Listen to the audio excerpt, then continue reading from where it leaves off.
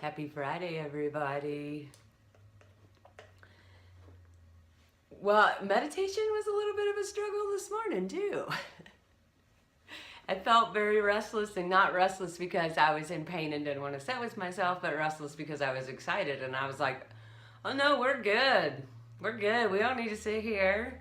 And that's something to remember, too, when you've made a commitment to meditation, how easy it is to only lean on meditation when you're struggling, and when it's a consistent practice, then you're building a relationship with yourself. So you show up on good days and bad days. Um, but I want to talk today about conflict, since that has been my thing this last week. I've been in conflict and pain, and so I think that conflict in any relationship is actually good. It's the couples that never fight that make me nervous, but that's because they're not growing. They're in a comfort zone all the time, and that's fine for some people. It really is. I mean, if it's working for both people in the situation, then do it. Do what works for you guys. I'm saying that for me, conflict is very good for me. It gives me a chance to look at my stuff, and that's what I've been doing this week. We did come together yesterday, and I won't go into any details, but it's beautiful.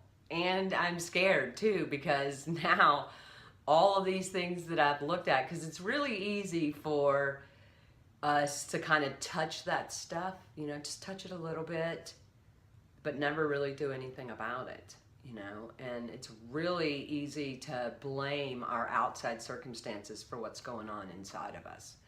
An outside circumstance can definitely trigger something that's going on within us, but when you're upset or you're in pain or you're making up stories or meanings and stuff like that, you need to go inward. You need to look at your stuff, and that's what I've done. I've looked at my stuff, and so now I'm committed to consciously being aware of my stuff and working through it, instead of just being like, okay, well, we're all better now. We can just go back to where we were.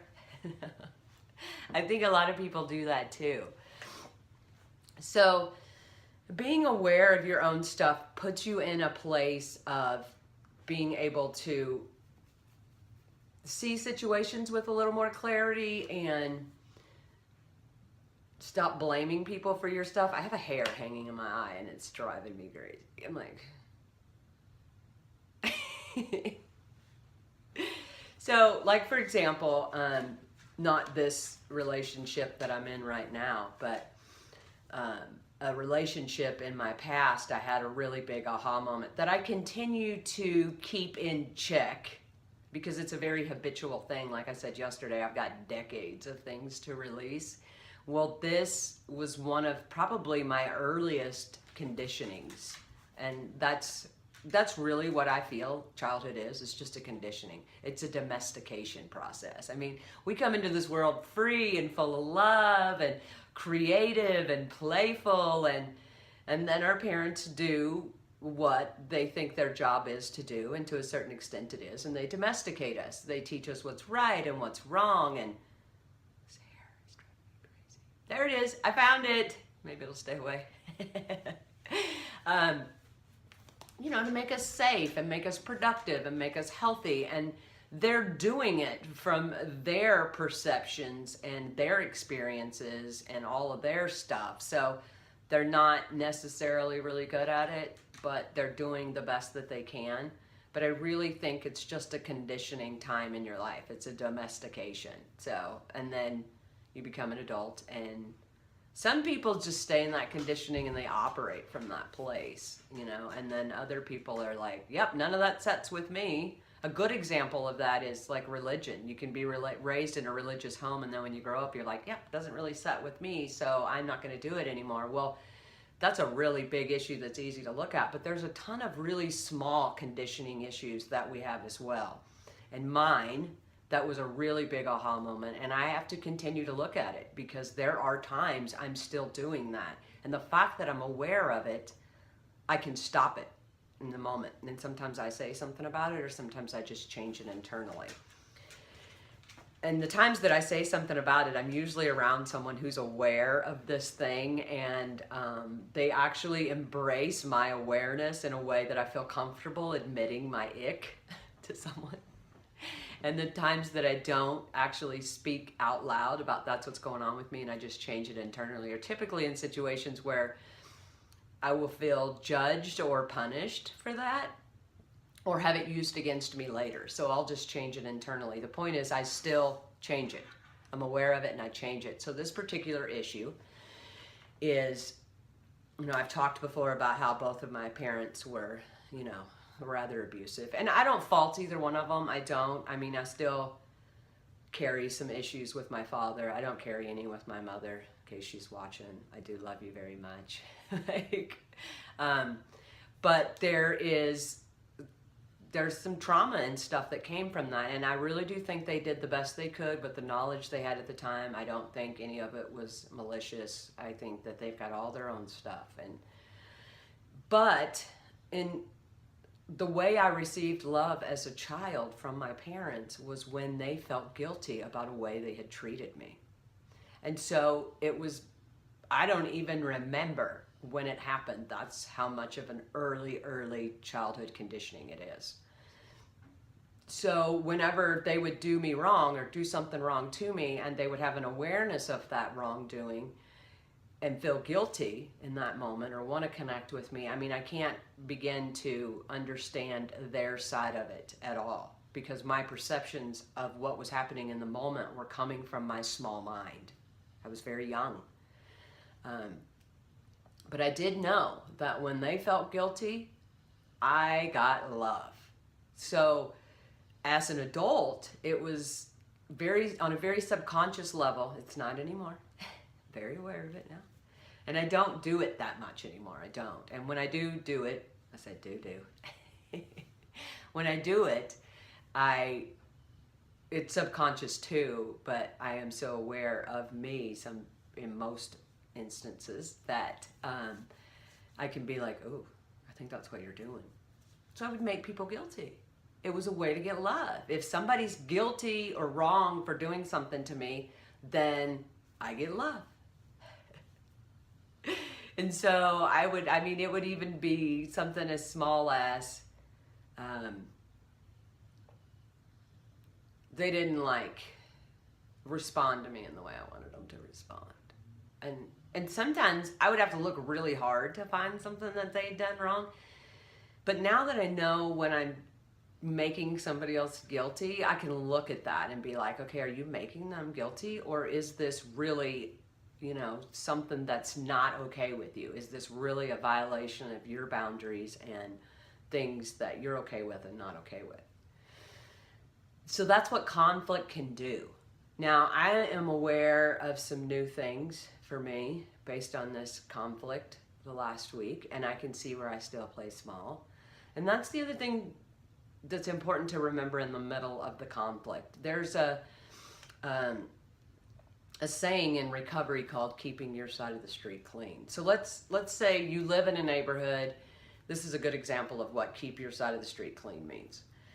You live in a neighborhood and you have a lot of neighbors around you. They don't really care about their weeds or how many cars they have or their trash or really anything else. And so it really is kind of trashy. And if you watch the evolution of a neighborhood, people will just kind of start getting lazy. The neighbors will start kind of getting lazy, and they'll validate their laziness from the neighbors. Oh, well, mine's not nearly as bad as the neighbors. The point is, keep your stuff to your standards. So just because the neighbor now has 4 cars in front of their house, don't give yourself permission to have 4 cars in front of the house when you don't think that 4 cars in front of the house is cleanliness or the way you would do things or the way that things make you feel good when you do them that way. So when you're in the middle of a conflict and you lash out or you say something that isn't right, and that other person is still in a deep-seated place of conflict with you, and they're lashing out too, Don't go to that place up, well, what I said wasn't as bad as what they said. Still keep your side of the street clean. Still keep looking at your stuff. Don't go to their level, because nothing's going to get resolved there. And if you're the only person in that situation who has that type of clarity and connection to where you're trying to go and what you're actually trying to do in this relationship, because if you don't know that internally, then that's where you need to start anyway. But if you're the person in that moment who has the clarity, don't go and do stuff based on, well, they're doing it, or keep your side of the street clean and look at your stuff and keep that space going of what's good for you and what's not good for you, and just keep looking at your stuff. I'm repeating myself this morning, huh? But I think that's why conflicts are good, you know, in all types of relationships, not just intimate. It's with your children, it's, you know, with your coworkers, it's with your best friend. We grow from those places. And we have a chance to look at our stuff, because I truly believe in every conflict, both sides are wrong and both sides are right. And that helps me not do a right or wrong. Because, like, I heard an example of this probably a couple of months ago now that really sat with me. There's a relationship coach that I listen to, and not so much for the advice, but just because I just really like his perspective on stuff. He's really easy to listen to because he's got that accent, and you know, like he has one video where he's talking about women could make it easier on men. You know, we all of us women go to this place of, well, if he doesn't even have the nerve to talk to me, then he certainly doesn't have the nerve to be with me. And you know, or only jerks hit on me, or scumbags,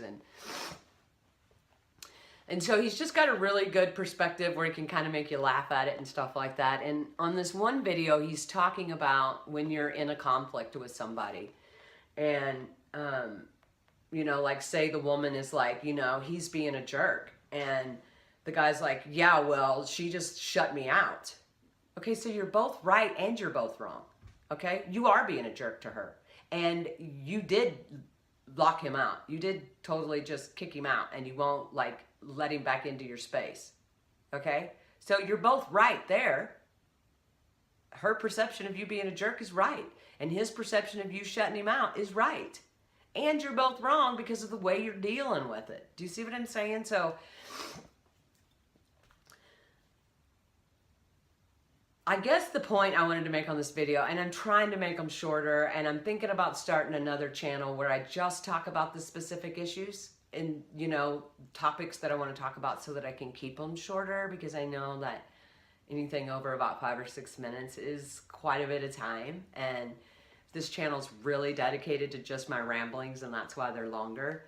But the point I'm trying to make here to you guys is, don't get sucked into the conflict. Look at it as an opportunity to see your stuff, reconnect with whoever that person is on a different, deeper level, because they're actually bringing something to the surface that you need to look at. So